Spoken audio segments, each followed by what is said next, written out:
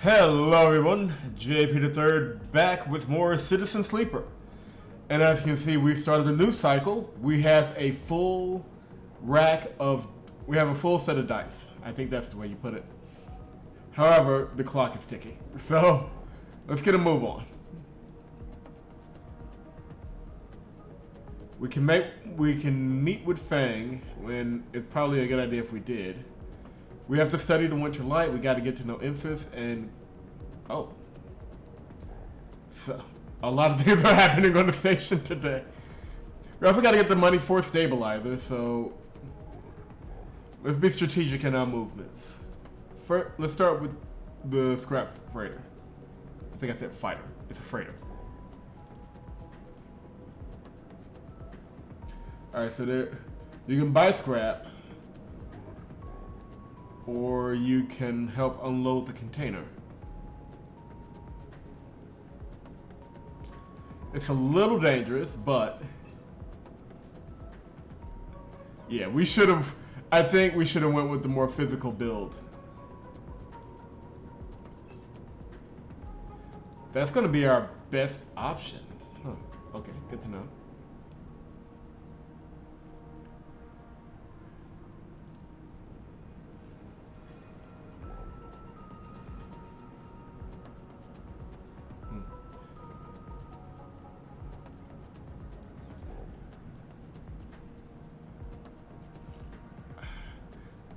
Let's do the Winter Light first. I like our odds on that one. Yeah, okay, so that's gonna take some time to do. It's not like I got unlimited energy. Check in with Feng. Sleeper. Feng catches your attention as you approach the Havenage building, leaning against the bay door to the side of the entrance. You approach. Easier to come in this way. Security, all that. He gives you a look. You know. You slam the button and the bay creaks open, blinking lights in the dark behind it. You follow Feng inside. Truth be told, I don't spend much time upstairs. This is where I work. The door hisses as it closes behind you. The bay is filled with pieces of hardware, all rigged up to generators and diagnostic slates, and things you don't recognize that glow with blue screen light. There's a chorus of hums that blends into a single wave of static, filling the dark corners of the room. Feng leans on a service stack and gestures around. You like it? What is all this? He taps a nearby service stack which bleeps in response. This is my treasure trove, all dredged up from the sea of systems we call the Eye. You won't believe what this place runs on. He steps over to a towering block speckled with vents. Some of these systems are built from the original station, AE1, the one Solheim built. We had to invent new components, repair things we never built, reverse engineer entire subsystems into existence. Residents here look up at the Eye and think they're seeing a concrete reality. But this place is a system in constant flux, decaying and growing, collapsing into new configurations. He walks down between the hardware stacks and you follow. We are keeping this place alive, but it's also remaking it into something new, dragging it away from those corporate origins. He stops. At least, that's what I'm trying to do. He turns back to face you among the flickering machines, humming all around you. I know you can see this too, Sleeper. All these systems and sections. You can, can't you? I can. It makes sense, right? You're between here and there, between the people and their systems. You light this place up like a beacon. That's what I need. You glance at the lights around you, and as you do, they seem to flicker, to realign and follow your gaze. Feng notices it too. I'm guessing being a beacon isn't always ideal when you're on the run, though. Well, let's hold that information for now. No, it isn't. He pats you on the shoulder. Maybe I can help with that. There are a lot of old growths in this place. Subsystems I can't see, access protocols lost to time and decay. Secrets, shitload of secrets. With your help, I can unlock this place. Break off those last ghost limbs of corporate control. He lowers his voice below the hum. Even in Havenage, there is old growth. Those whose roots trace back into those bad old days. You can help me dredge up the past, and I'll see what I can do about that tracker of yours. He winks. What do you say? Yeah, that helped. I mean, we're on a hard time limit with that, so whatever he can do kind of helps us. Feng pokes his fist and claps you on the shoulder. He meets your eye. You won't regret it, sleeper. Feng passes you a ragged-looking metal tab. A gift, he smiles. It's a Solheim cipher. I dug it up from the depths of the station. Slot that into an old network gate, and you'll be able to pull out all kinds of secrets from the nodes inside. He walks you back to the front of the bay. Start by bringing me whatever you can turn up. Use that emulated mind of yours to see what's out there. Let's get a picture of how things are. Those above, he nods at the ceiling, have granted me an acquisition budget. I can pay you for whatever useful data you bring in. I know you need it. He slams the door button again. Keep it quiet and keep it clean, sleeper. And I'll see you soon. You step, blinking back out into the passage. Those flickering lights still in the back of your mind. So, interesting.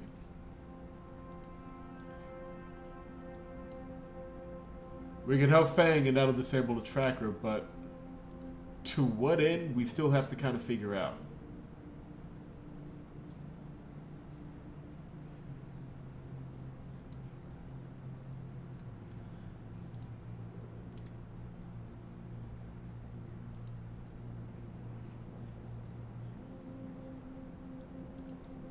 We have some data already. Well,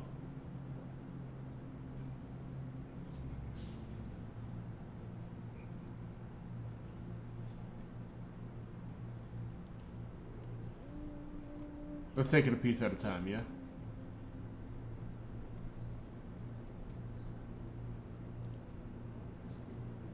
Up some energy right quick.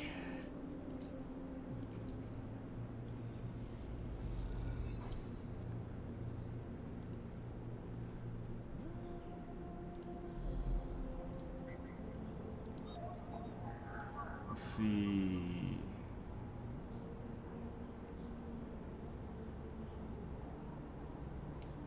Got some options of things we can hack, and that'll come in handy for our new friend.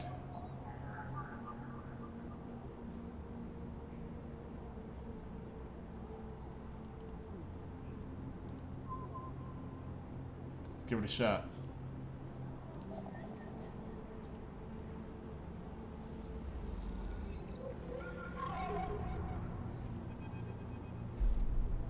As you drift back from the node, something latches onto you.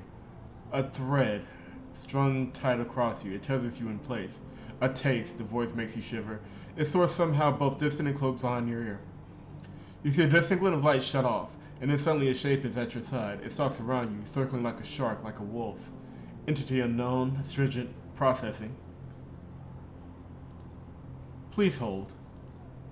The thread around you thickens until it is a ring, a cylinder, a tunnel of light circled around you. It is blinding for a moment, and then it's gone. As it fades, you see a figure, a creature in front of you. Its strange shape flickers in between angles, reading you. What are you? The shape paces around you on lithe legs, though there is no ground here to pace on. Entity, identify, origin, serial, cadence. The figure faces you expectantly.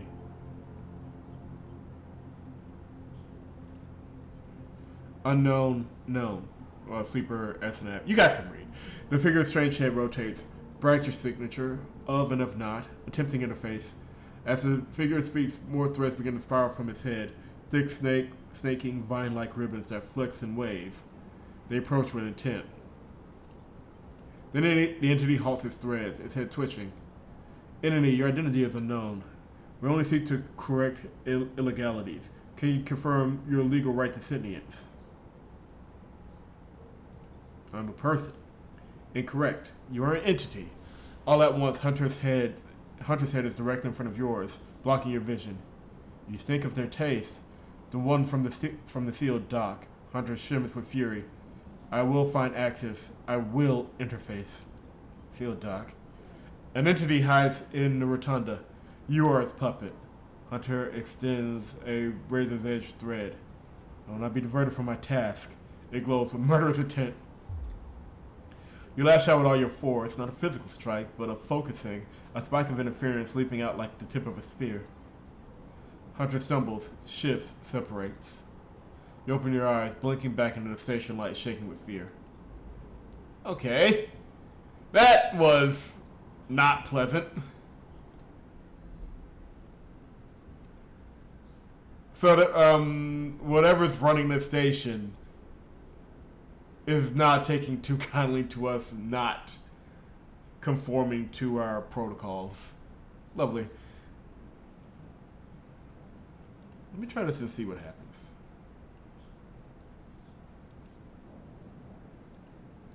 Okay. Noted.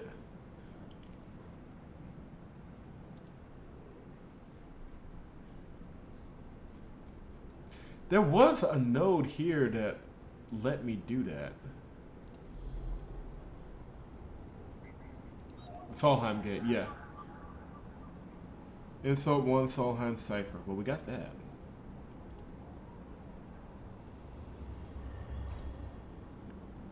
Gate 7 at S7 access. Alright.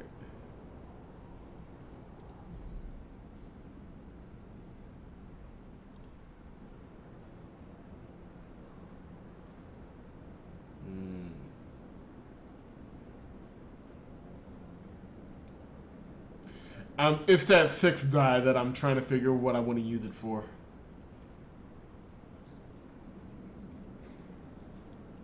Just see here. So I can either have a 100% positive on my exploration, or 100% positive on unloading the container. No, never mind. That's 50-50. Okay, so that's no bueno. So never mind. All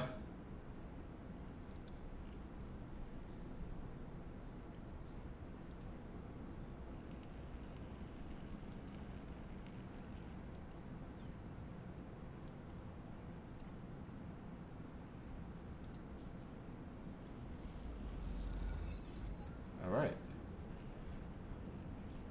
Got some scrap. Not exactly some money, but we'll use the 6th die to explore a little bit. We need some more information about this place.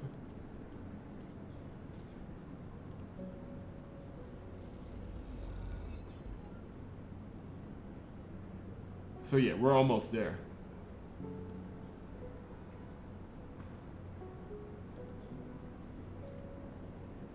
Yeah, let's not. Somebody's here. Kita. I guess that's what our exploration gets us. Like, more of these will open up. We found a bar and a... Oh, Akita. Excuse me.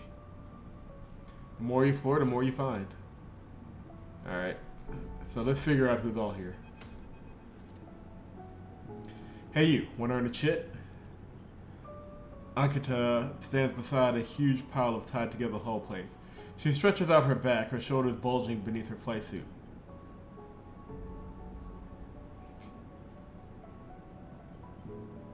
Make it 2. Akita laughs. This goddamn station, she sighs and pinches the bridge of her nose. Alright, come here then. You cross the docket concourse as she begins to split the plating into 2 bundles. What is it with this place, she asks as she angrily lashes the massive plates together. Everyone wants their cut. She straightens up to an imposing height, her armor plates creaking, and looks you up and down. Or is it just that you think I'm an easy mark? We all need to survive. Akita softens. I get it, I do, she shakes her head. But if I could go just one cycle without some jumped-up grifter trying to take me for an idiot, that would be nice. Then that would be nice. Akita hoists one bundle of plating onto her shoulder. Come on then, enough chat. You gotta earn those chits. You struggle to shoulder the plates, but you do eventually. Akita gives you a look. Ships this way, and she sets off down a gantry at the impressive speed. As you catch up to her, she turns down a passage, pushing through the small crowd of Steve doors. Yeah. Why are you doing this yourself? You mean why aren't I hiring those good folks? She nods back at the Steve doors. I've paid Havenage enough. They're currently rinsing me for a mooring I can't vacate unless I either fix the ambergris or seal it off as scrap. What's wrong with it? Akita looks at you pointedly. Her. She rapidly turns another corner as he trailed behind. She got cut up pretty bad on our last job, and I had to moor up here for a spell. But since then, it's only gotten worse. Someone got it. Someone got in and sliced the core from our ship mind. So now she's going dark. She shifts the panels onto her shoulder. The upshot is that I'm short one ship mind with a ton of repairs to do, and the rest of the crew signed off the moment they got wind I'd be stranded. So yeah, it's been a time. Anything I can do to help? I don't know. Got a ship mind tucked away on that frame of yours? For a moment, you aren't sure if she's serious. Akita swings the plates from her back, almost knocking you over in the process. This is me. This is me. She hauls the second bundle off your shoulder. You're the first person I met here who might actually be considered helpful. She pauses, chewing her bottom lip. Look, you want to help? Come to me. I need a hand putting Amber back together. And you don't seem like the type to try anything stupid.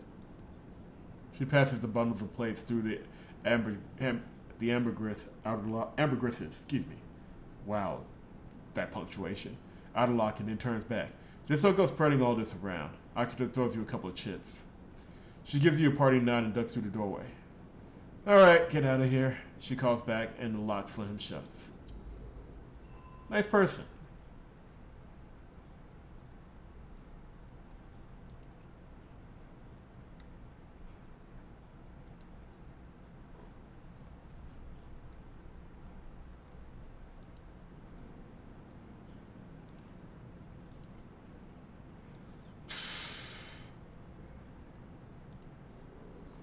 We'll check the bar. It's not like me rolling the dice is gonna help here.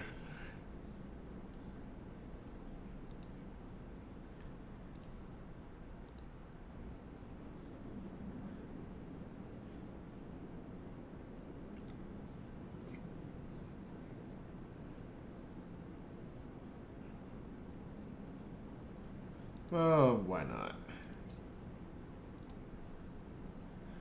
Drink never hurt anybody. Plus, we can get more information that way. But I still need money, so, yeah.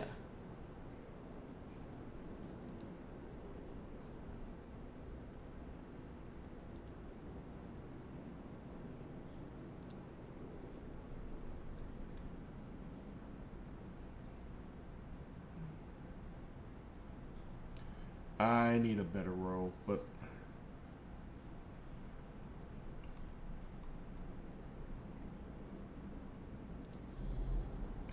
One of these, I think, had a 1 die, right?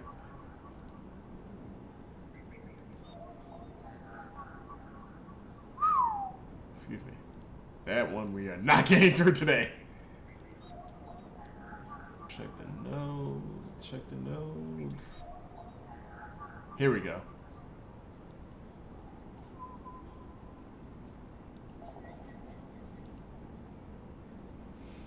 This note is leaking corrupted contractor list from the early days of the system's Palladium rush. There we go. I imagine, like, the more we hack, the more we'll attract the hunter, so we'll have to be careful. But, got a little something to start.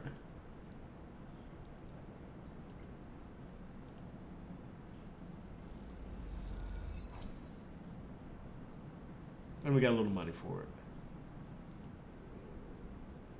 Not bad.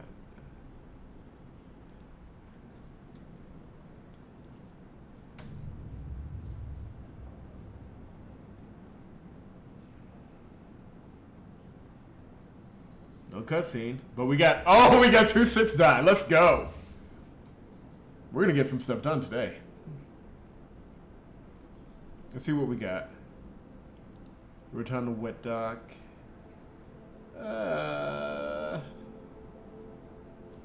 People haven't shown back up just yet, which is fine. The ambergris.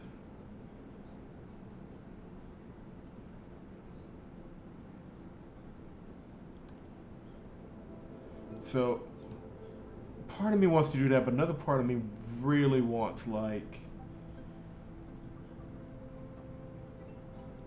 Where am I in this again? Oh, yeah.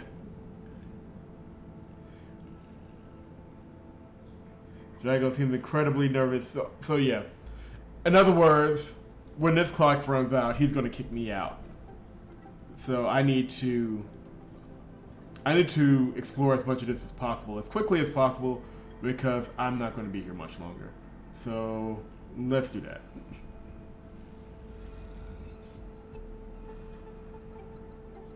There's something to be said about knowing when you're almost out of time. Let's see here. Let's see if how well this extile works here. I'm gonna try it. Yes! Let's go!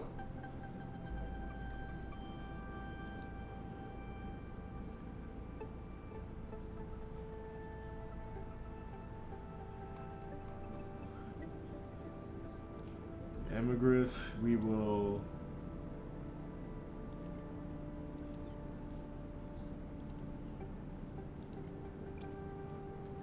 The odds are actually much better for that.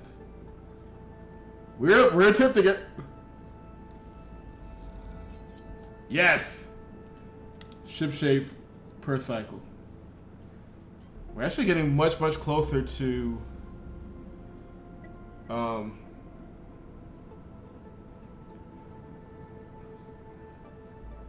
actually getting much closer to what we need. We have full energy too, so it's not like we gotta eat today.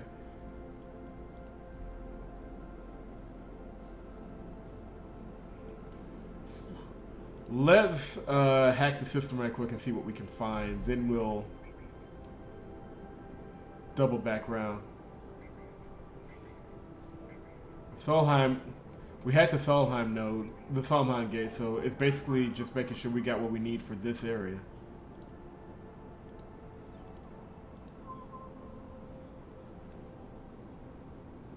Let's try it.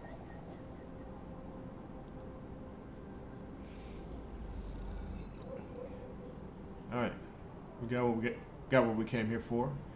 We have to be very careful. The next time we hack it, we will attract Hunter. So, steady as she goes.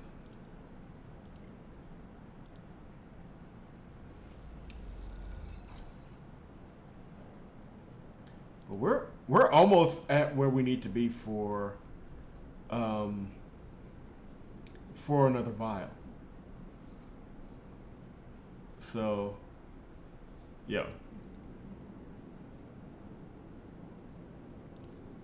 Will this get me there? I am not going to risk it. No. No. Absolutely not. Let's do a little bit more exploring. Maybe we can find some stuff. Local knowledge can come in handy. Imagine follow the flow of people and you start to appreciate, even enjoy the chaotic layout of the markets. We're not rich, but we're almost there. Order exchange. We got a new drive too. So build a ship mine, disable your tracker, extract the paths, fix the ambergris, get to know Memphis, study the winter light, survive. Let's check this place out, then we'll take a nap. Okay, so we can sell components. We can play the exchange, which is risky. Oh, so it's basically it's kind of a rudimentary stock exchange. That's fine.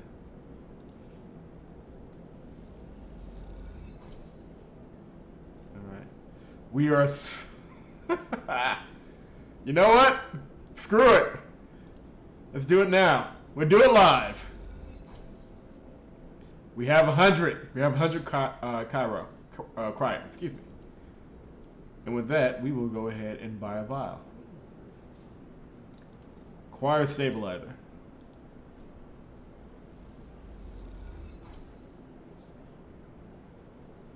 All right, so we bought a vial of it. And a passkey for an apartment found tucked inside the stabilizer vial. Nice. As you quickly leave the surgery, eager to be away from Toshiro's glare, you notice something wrapped around a stabilizer vial clutched tightly in your hand. This is why they wanted us to hurry up and get the money. You open your hand and a thin film marked with holes and sigils unrolls from around the vial. At one end is a hard metal strip, a handle. You hold the cloudy film up to the light. It is perforated with an ornate pattern of holes. You can make out a word among the markings. Passkey. Is this an entry key for somewhere? The metal handle is worn and pitted, but you can see a set of numbers imprinted into it. 207F, and then crudely scratched into the handle at some later date, low end. For a moment, you consider going back to the surgery to return the key, and then quickly think better of it. Does Sabine want you to have this? Or is Toshiro passing on a message? Time to head to low end and find out. Alright. There is no getting in the low end just yet. We need more money for it, but we will I think we have a place to run pretty soon. We're going to need it. So the next row will, well, let me upgrade, and then the next row will be more or less.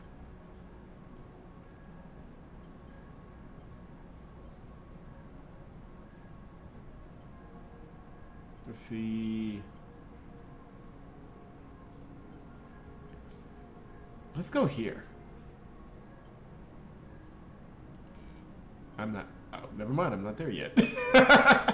Why would you give me the option if I'm not there yet?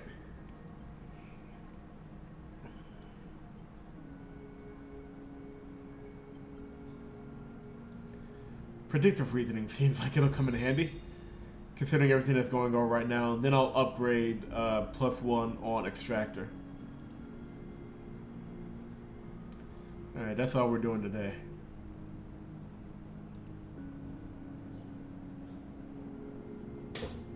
I'm stable right now, so I don't need to inject it yet.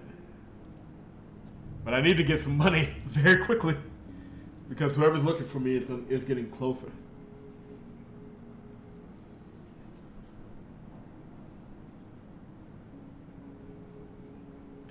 Alright, so I need...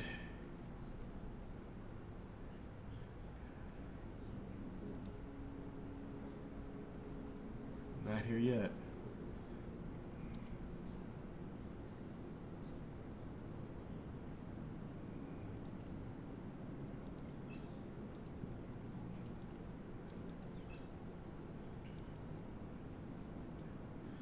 I got... Do I get any better odds with... Yeah, I don't get better odds with another die. I gotta shoot for it, because the money is just too good. Let's try. Yes! Alright.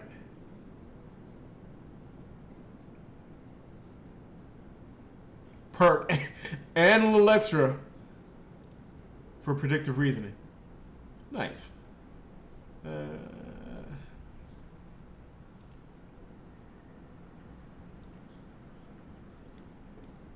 Which...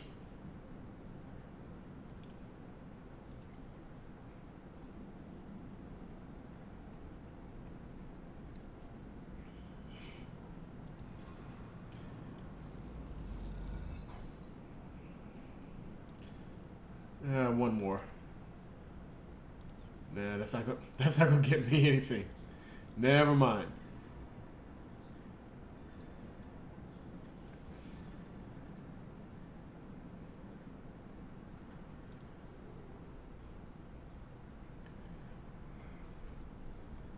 Do we risk getting the hunter on our trail?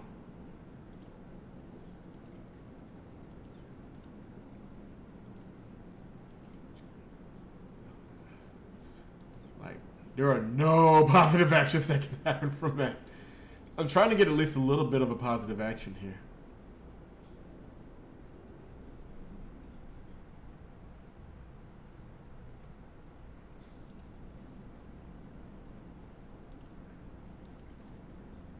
Let's camel with this and see what happens.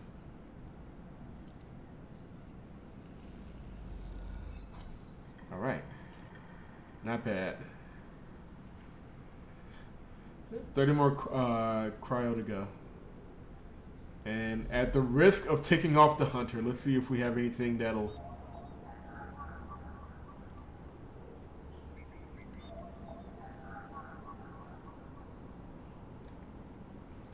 A Solheim demon attempts to protect its node, squeaking out protective protocols like a mantra. This is not going to end well.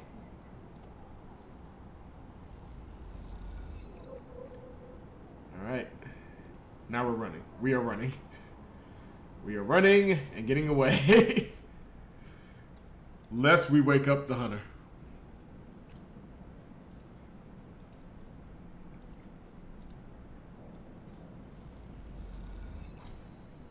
Alright.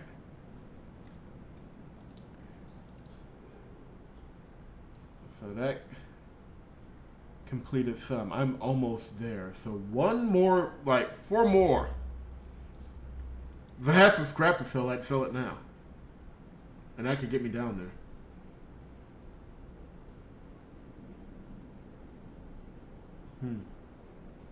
Let me think this through. Well, first let's talk to Feng. As you enter the bay, Feng is nowhere to be seen. The banks of servers and machines blink out of the dark and staccato rhythms, unseeing eyes of the station's digital ghost. Shitheads! Feng's voice echoes from behind the stack, followed by the hammer of a fist on a metal casing. These snaky shitheads. Who's snaky? Sleeper! Feng's smiling head pops up from behind the stack. Just the emulated consciousness I have been eager to see. Come back here. You pick your way between the thrumming stacks, trying not to trip on the loose bundles of cables that blanket the dark floor. Feng is sat in front of a set of monitors mounted to a stack. Tell me, Sleeper, what do you see here? Feng waves at a monitor to his side, glowing with pale lists of information. You lean in closer, looking for the links in the data. The table seems to be filled with personal information. Names, genders, dates. Excuse me. My voice always gets a little funny when I do this for a while. Names, genders, dates, ID numbers, all the marks of institutional records. People. People, yes. But whose people? Solheim? Bingo, he taps at the terminal. I pulled these from the old data you brought in. All employees of the Eye's original owners. And he leans past you and scrolls down. This one. This is a snaky shithead. He stabs at the screen with a finger. The name reads Hardenhurst. Friend of yours? Feng gives you a sideways look. Funny you should say that, Sleeper. He drags a stool out beside him and motions for you to sit. There just so happens to be a Hardenhurst in Havenage. He waits for your reaction. Are you sure? Well, that's where you might be able to help me. Feng leans back in his chair. Just think about it. Decades ago, Harden worked on the station as a... Feng leans across to look at the monitor. Senior Strategic Operations Executive. Feng raises his eyebrow at you. Our Harden was keeping the money coming in for Solheim. He defined priority growth initiatives, but making sure the extractors they contracted out were hooked into a system that outsourced all the risk and kept the profit. The little Harden shuttled thousands of Palladium Rush workers into an infrastructure which meant that their cut of the work they did. Wow. I'm sorry. Why am I stumbling over this paragraph? Good old Harden shuttled thousands of Palladium Rush workers into an infrastructure which meant that their cut of the work they did went straight back to Solheim. How do you know this? I grew up here, Sleeper. This is my history. I'm a child of the collapse. Feng turned back to his screen, staring hard at the strings of code flickering by. Before I was born, my parents were Solheim contractors. They ate in Solheim canteens, worked on Solheim ships. They breathed Solheim air and slept in Solheim beds. Feng's voice rises as he speaks, his hand fists on the terminal edge. And the work that paid for that existence, the cycles of hard extraction out in the belt, Solheim took their cut. This was a company town, so to speak. And my parents were just another in a long line of freelance contractors willing to risk their lives for a shot at anything other than poverty. Disposable.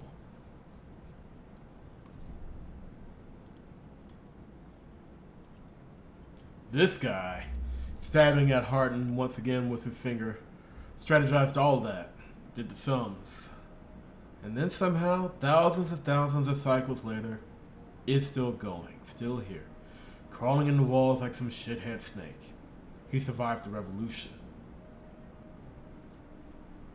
Surely it can't be him. Feng relaxes a little. Who knows? He turns to you and smiles.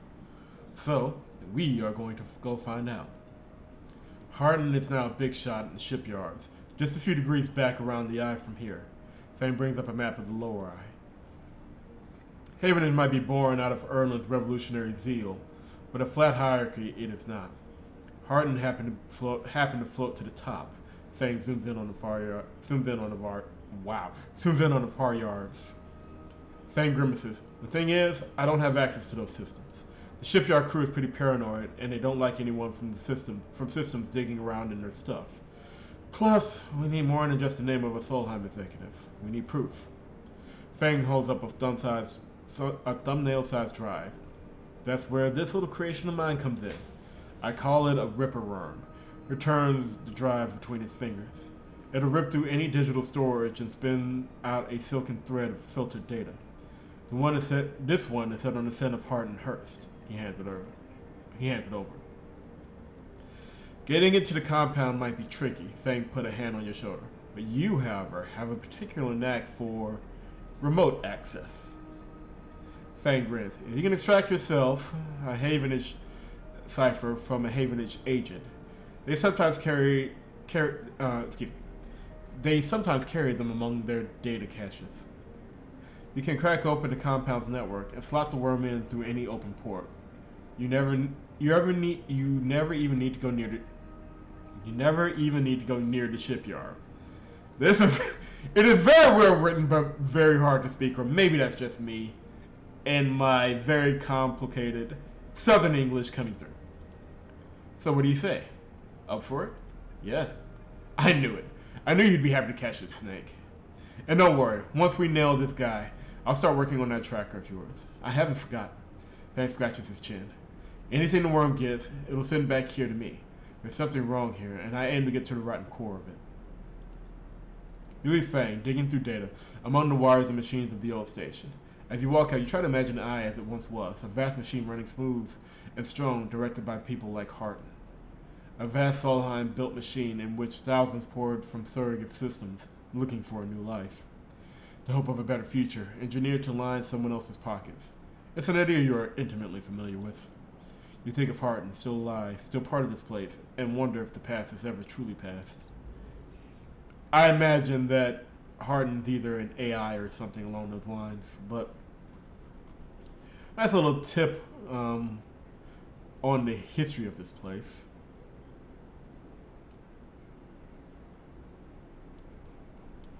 Clearly, like, it's a functioning station, but unlike Disco Elysium, which was past the Marxist revolution and kind of incorporated into a larger world system, this is still on the edge of the larger world system and operating in its own revolutionary system, which we're still trying to figure out. Like, we know, what's this dude's name? Yadigan. Yadigan holds some sway on the lower end as a crime lord, and the unions are all running different parts of the top end. So there's a lot going on in the system that we still haven't exactly figured out yet. But that gives us more to explore, I suppose. So we're going to use the last die. We're going to use the last die to get some cryo. Hopefully this works. Yes! Alright, so we have more than enough money now. And that did nothing for Dragos' mood. We have to hurry up. But we have enough money to go to the low end, so let's go ahead and go to the low end. What are our drives looking like? Fairly good. Alright. So let's go down here and see what's up. Pay the toll, the tax to go down on the bottom end though. Wow. Here it is, Unit 207F. And the ramshackle residential district. Wow. We've unlocked a lot. The station just got much bigger. First thing first.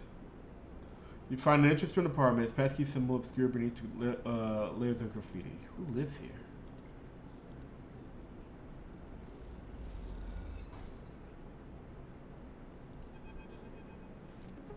As you push the door open, the automatic light flickers on inside the apartment. They reveal yellowing plastic panels, the curved shape of wall-mounted utility units, the detritus of a routine life arranged on every surface. You step aside, clicking the door shut behind. The amber light of the aging fixtures glaze everything with pale orange. The work surfaces hold a variety of objects, indistinct in the dull lighting. A pale blue light drifts from the doorway at the end of the room.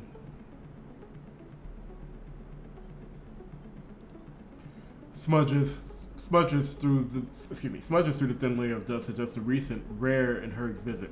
They trace a path to the water dispenser, the auto wash, then to a cabinet still half open. On the shelf sits an empty pill case. Go to the doorway. You cross the cramped utility room with its auto wash dispenser's water closet towards the doorway. Through the doorway is a dark, warm room, lit only by the faint glow of a terminal screen. A bunk is tucked into the wall, the blankets ruffled. A wall desk glitters with rolls of vials and containers. A briefcase lab sits open, loaded with rolls of reagents and compounds you do not recognize. In comparison, this room is clean, ordered, controlled. As you approach, there is a crackle from somewhere in the dark. Sleeper, Sabine's voice shakily echoes through the apartment. Welcome to my home. I'm sorry I can't be there. I have had to make alternate arrangements. You hear rattling noises, static.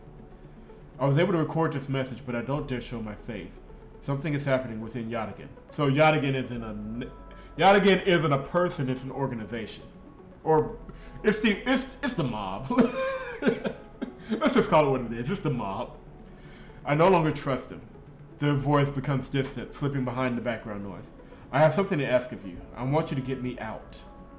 Yadigan was supposed to hide me, to protect me. After everything happened, I was desperate. And then after that, I was too tired to care. A noise like waves passes over the recording.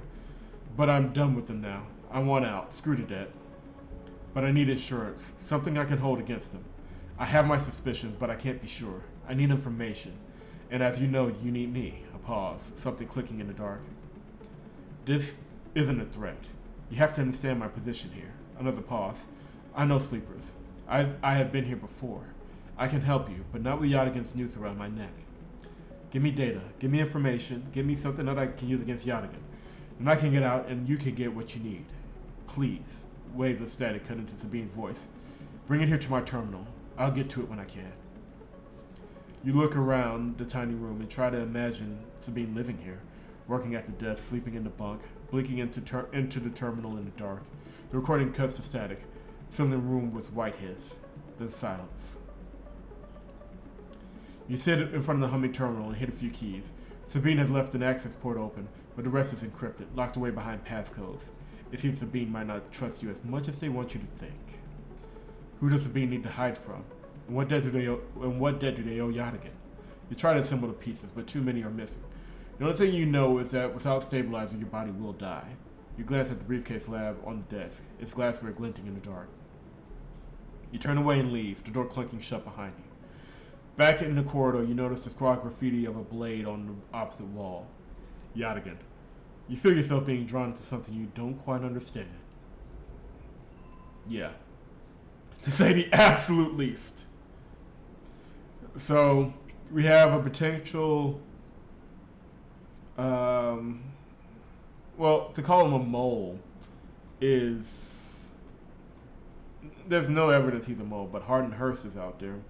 We now are potentially going up against Yadigan, the literal mob. And we have somebody hunting us. Well, we have two people hunting us. We have the actual hunter and somebody who's arriving in this particular location in 4 cycles. Who else is feeling positive? I'm feeling positive. We'll see. We still have a lot to do. In the cycle right quick, see if we get a cutscene or anything.